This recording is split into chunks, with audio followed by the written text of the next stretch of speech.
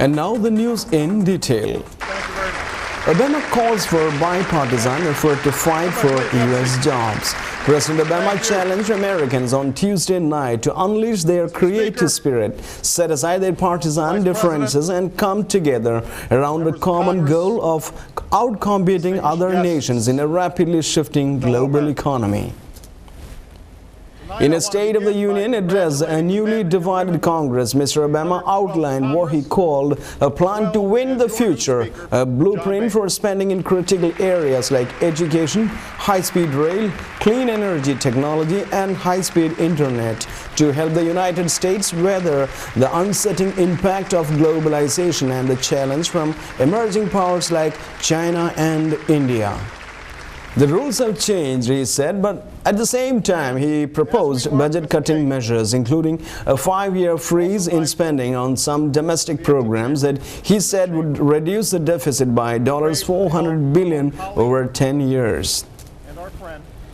Drawing a stark contrast between himself and Republicans who are advocating immediate and deep cuts in spending, Mr. Obama laid out a philosophy of a government that could be more efficient but would still be necessary if the nation was to address fundamental challenges at home and abroad.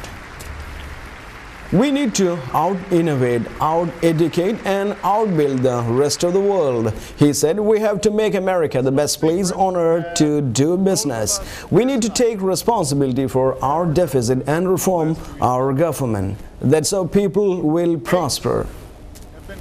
Just weeks after the shooting in Tucson that claimed 6 lives and left Representative Gabrielle Giffords, Democrat of Arizona, gravely injured, Mr. Obama received a reception that was muted and civil. What helps set us apart as a nation.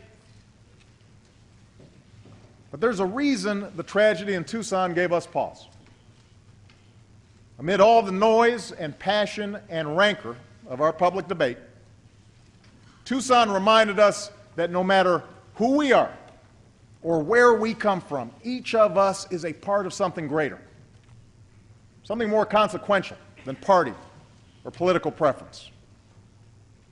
We are part of the American family.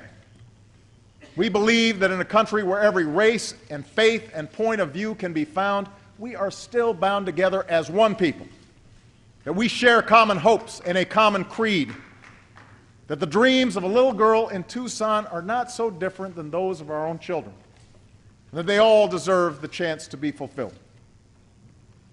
That, too, is what sets us apart as a nation.